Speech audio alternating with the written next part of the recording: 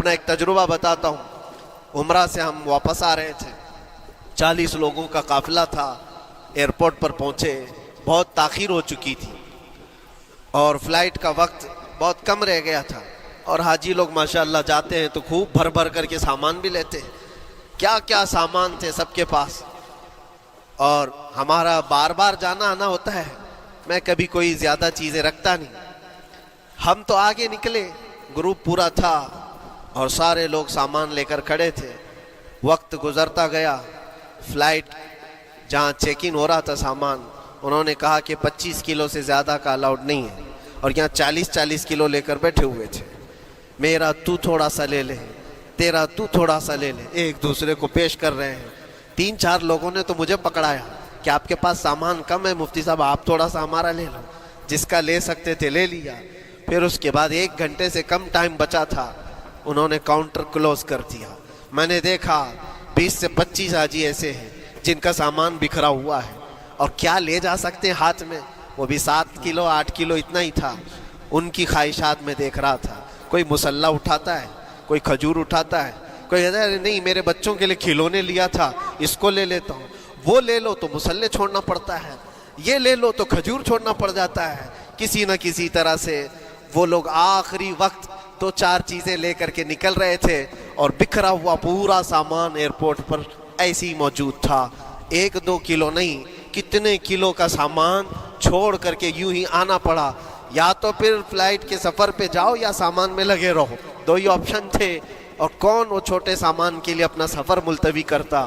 واپس آئے، حسرت بھری نگاہوں سے دیکھتے رہے اپنے سامان کو، اور پھر اندر آ کر جب بیٹھے میرے ذہن میں یہ بات گونجنے لگی، یہی حالت ہوتی ہوگی جب انسان دنیا سے جا رہا ہوتا ہے، جب یہاں سے رخصتی کا وقت آتا ہے اور ملک الموت سر پر آ کر کھڑا ہو جاتا ہے، روح نکلنے کے لیے بھی تھوڑا سا وقت باقی ہے، بس منٹوں میں بھی نہیں رہ گیا، جب اس کو نظر آتا ہے اب یہ سوچتا ہے اتنی نمازیں باقی رہ گئی، اتنی زکوٰۃ بھی رہ گئی، حج بھی تھا، اور بھی کچھ چیزیں کسی کے دینے کے باقی تھے، قرضے بھی تھے، کس چیز کی نصیحت کروں، کس چیز کی وصیت کروں؟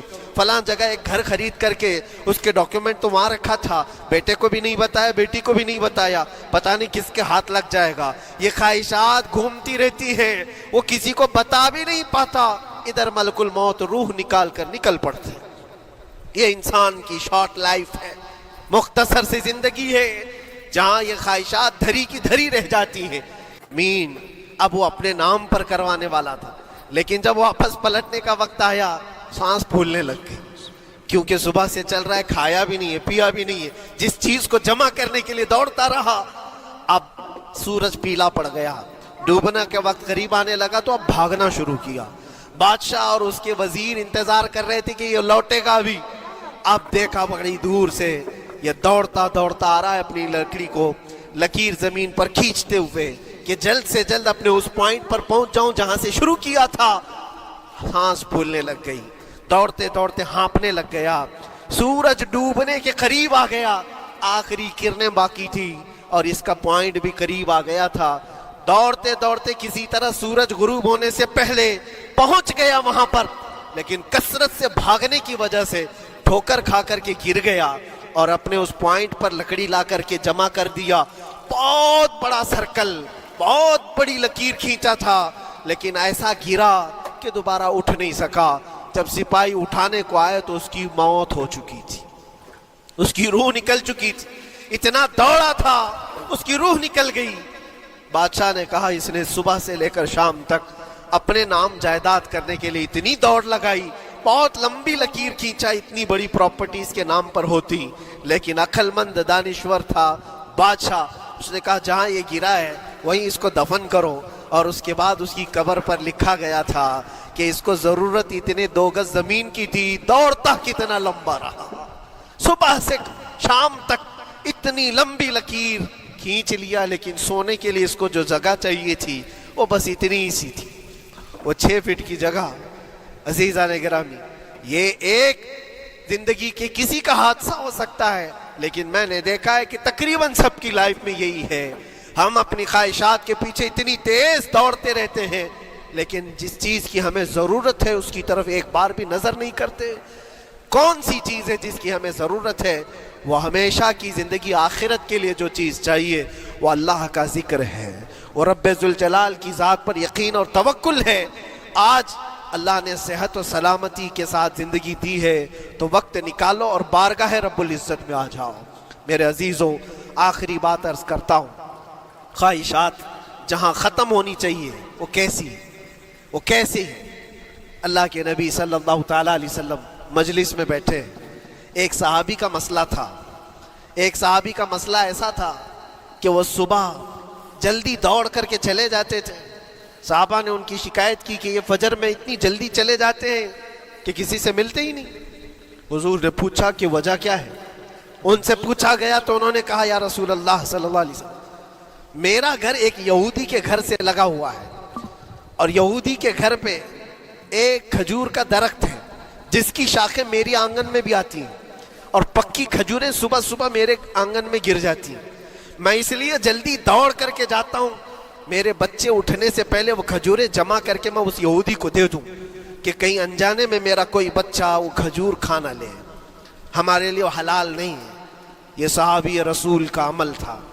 اللہ کے نبی صلی اللہ علیہ وسلم نے فرمایا، اپنے بچوں کو حلال کھلانے کے لیے اتنی فکر۔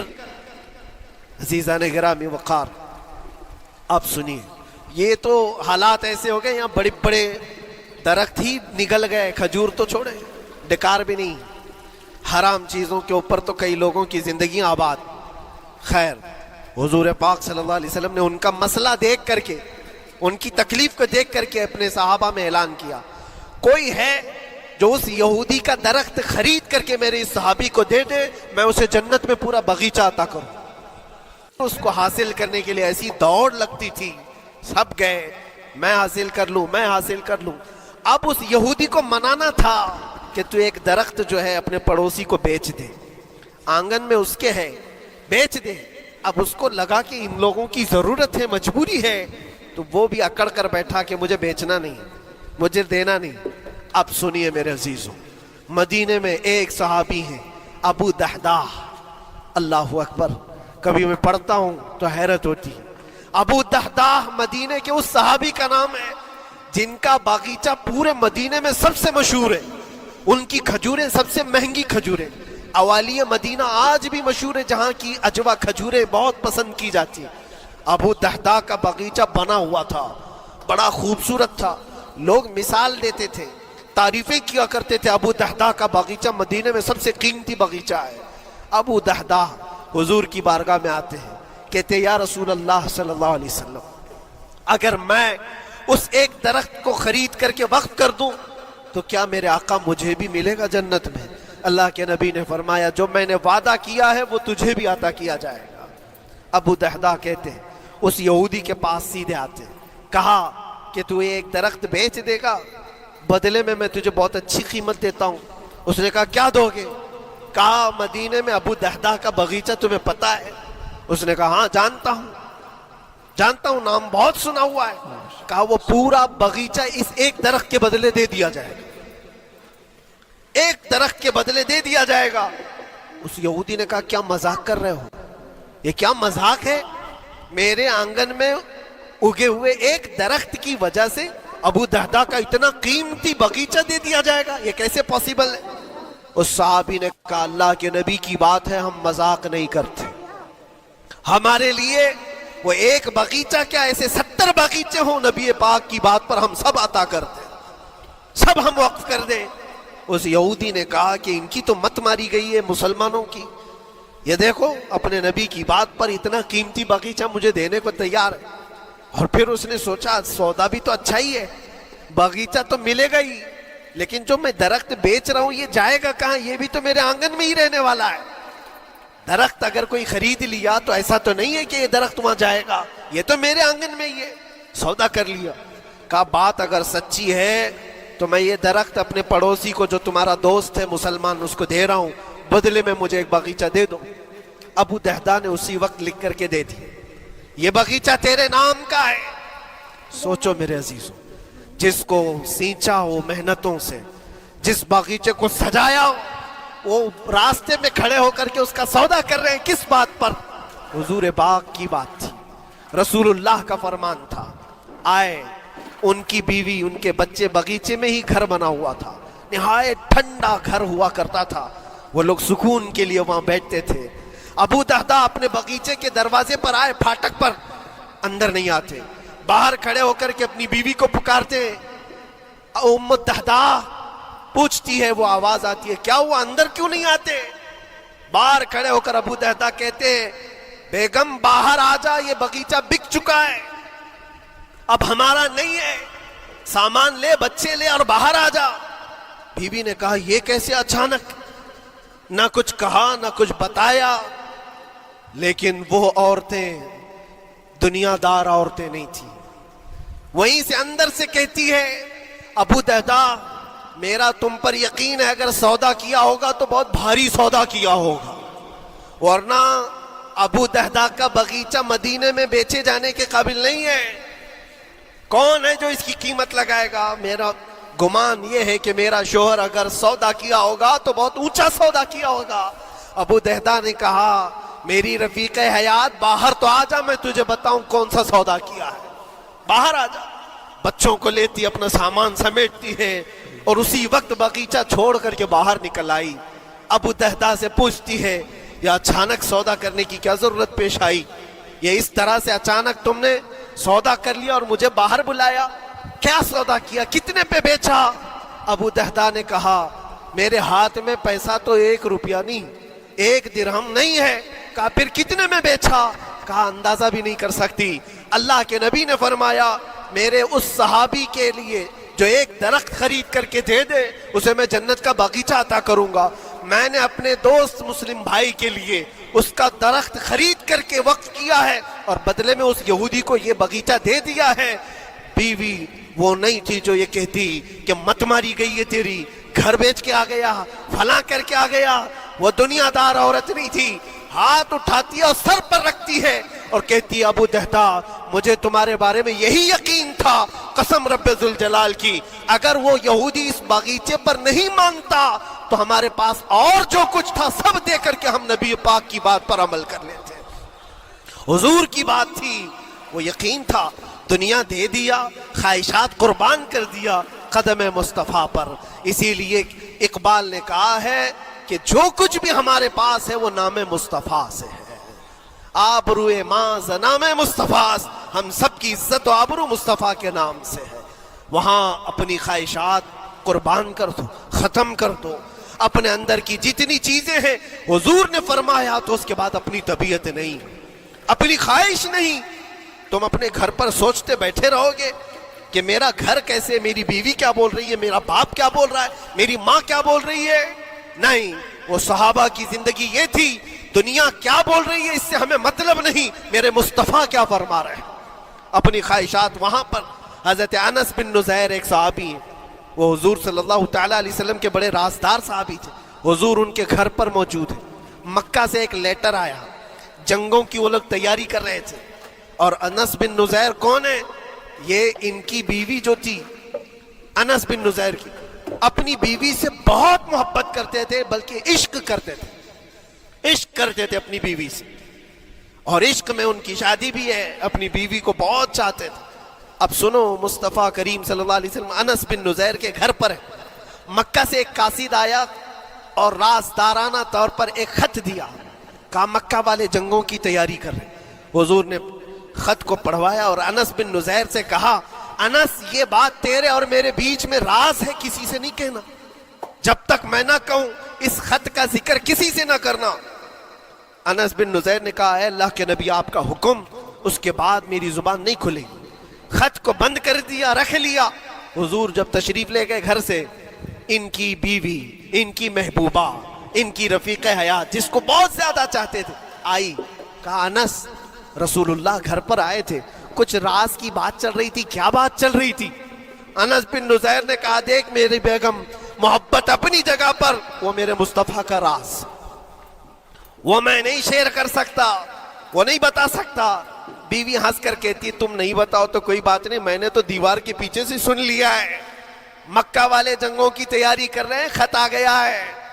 انس بن نزیر نے اپنی بیوی سے اتنی بات سنی, سیدھے جا کر کے گلا پکڑ لیا, گردن کو دبوچ دیا اور کہا اس وقت تک میں تیری گردن نہیں چھوڑوں گا جب تک میرے مصطفیٰ کا فرمان نہ آ جائے.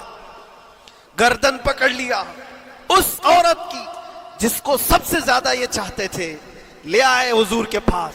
کہا یا رسول اللہ معاف کر دیں، آپ کا راز تھا، میں نے تو نہیں بتایا، مگر میری بیوی نے دیوار کے پیچھے سے سن لیا اور اس لیے میں اس کی گردن پکڑ کر کے لایا ہوں کہ کہیں میں مجرم نہ بن جاؤں، نبی پاک کا راز افشا کرنے والا میں مجرم نہ بن جاؤں. آقا اگر آپ حکم فرمائیں تو میں اس کو ختم کر دوں یا اس کو طلاق دے کر کے آزاد کر دوں، آپ کے فرمان پر میں کامل عمل کر سکوں. اللہ کے نبی نے فرمایا انس چھوڑ دے گردن، جس طرح تو ہمارے راز کی حفاظت کرتا ہے یہ میری صحابیہ ہے، یہ بھی میرے راز کی حفاظت کرے گی. اس کے بعد ہاتھ چھوڑ دیا اور اپنی بیوی سے کہا کہ دیکھ میری محبت میرا عشق اپنی جگہ پر، بات جب مصطفیٰ کی آئے گی پوری کائنات کو میں چھوڑ دوں گا، میرے مصطفیٰ کی بات کو عمل کروں گا. اور اس بیوی نے بھی یہی کہا انس اگر تو مجھے راز بتا دیتا حضور کا، عشق میں ڈوب کر کے، محبت میں ڈوب کر کے، تو جو گلا تو نے میرا پکڑا کل میں تیرا گلا پکڑ کر حضور کے پاس لاتی کہ حضور یہ آپ کی غلامی کے قابل نہیں ہے. یہ ان کا کمال درجے کا ایمان تھا، اپنی خواہشات کو قربان کر دیا. ایک مدینے کی خاتون ایسی ہے سب سے زیادہ حسین و جمیل لڑکی ہے، حضور کے پاس ایک حبشی کالے رنگ کے صحابی ہیں، آئے کہا یا رسول اللہ مجھ سے کوئی شادی نہیں کرتا. حضور نے فرمایا کہ جا میں تیری شادی کے لیے ایک جگہ پر پیغام بھیجتا ہوں. اور بھیجا اس لڑکی کے گھر، انصاری صحابی کی ایک لڑکی اتنی خوبصورت ہے مدینے میں، ان کے گھر بھیجا. یہ تو حبشی قسم کے تھے. یہ ایک پیغام لے کر کے جب آئے، ماں باپ باہر بیٹھے ہوئے، لڑکی اندر ہے. ماں باپ نے دیکھا کیوں آئے ہو؟ کہا میں پیغام لے کر آیا ہوں. کس چیز کا؟ آپ کی بیٹی سے نکاح کا. کس نے بھیجا؟ کہا اللہ کے رسول نے. ماں اور باپ ہیں، شکل و صورت دیکھی اور ان کی حسینہ بیٹی. کہا ٹھیک ہے تم جاؤ واپس، ہم حضور سے بات کر لیں گے. اتنا ہی کہا، ٹال دیا ہوگا. وہ صحابی جو آئے تھے کالے رنگ کے، انہوں نے کہا یہ تو روز کی بات تھی، ہر جگہ ریجیکٹ ہوتا ہی تھا، میرے لیے تعجب کی بات نہیں تھی، میں تو واپس آیا حضور کے پاس. ہوا گھر میں کیا، اندر جوان لڑکی جو گھر میں موجود تھی بھر آئی. کہا ماں باپ سے پوچھتی ہے کہ اماں کون آیا تھا؟ کہا ایک نوجوان نکاح کا پیغام لے کر کے. اس خاتون نے کہا، لڑکی نے کہا آپ نے کیا کہا؟ کہا ہم بات میں بات کر لیں گے. کہا آپ کو اندازہ نہیں آپ نے کتنی بڑی خطا کی ہے، اللہ کے نبی کا فرمان آیا تھا اور آپ نے ٹال دیا. میں تیار ہوں اس کے ساتھ نکاح کرنے کے لیے، نبی پاک کا حکم ہے. ماں باپ نے کہا بیٹا تو نے دیکھا ہے، بیٹا تو نے دیکھا جو پیغام لے کر کے آیا تھا وہ تیری میچنگ کا ہے یا نہیں؟ تو نے دیکھا؟ اس نوجوان نے کہا، اس لڑکی نے کہا میں نے پیغام لے کر آنے والے کو تو نہیں دیکھا، آمینہ کے لال کو تو دیکھا ہے، جس نے پیغام بھیجا ہے اس کو دیکھا ہے. اس کے حکم کے بعد پھر کسی کو دیکھنا بنتا ہی نہیں ہے. وہ دونوں ماں باپ دوڑتے ہوئے حضور کے پاس آئے اور وہ صحابی ابھی بتا ہی رہے تھے کہ میں ریجیکٹ ہو کر کے آیا ہوں. تبھی ماں باپ بھی دوڑ کر کے آئے. کہا یا رسول اللہ خطا ہو گئی، ہم نے تاخیر کی آپ کے حکم میں. اے اللہ کے نبی ہم راضی ہیں، اپنی بیٹی کا نکاح انہی کے ساتھ کریں گے جن کا پیغام آپ نے بھیجا ہے. کیا اپنی خواہشات کو حضور کے قدموں میں لا کر قربان نہیں کیا؟ لیکن نکاح ہوا بھی. وہ نوجوان عبداللہ اسود نکاح کا ہے، حضور نے نکاح کروا دیا مسجد نبوی اور حضرت عثمان سے کہا کہ ان کو کچھ پیسہ دے دو، مال دے دو، شادی کا سامان تو خرید لے، جہیز لے لے، اپنا گھر سجا لے. ان کو صحابہ نے پیسے دیے، غریب تھے، میں بازار میں جا کر اپنی شادی کا سامان خرید رہے تھے. شام کے وقت اعلان ہو گیا مشرکین مکہ نے مدینے پر حملہ کیا ہے، اللہ کے نبی جہاد میں نکل رہے ہیں.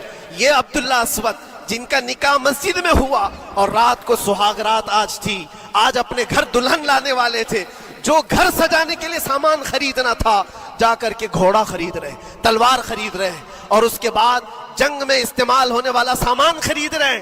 سب پیسے خرچہ کر دیے جنگ کے استعمال کے. زیرہ خرید لی، وہ ٹوپی خرید لی لوہے کی، سب خرید کر کے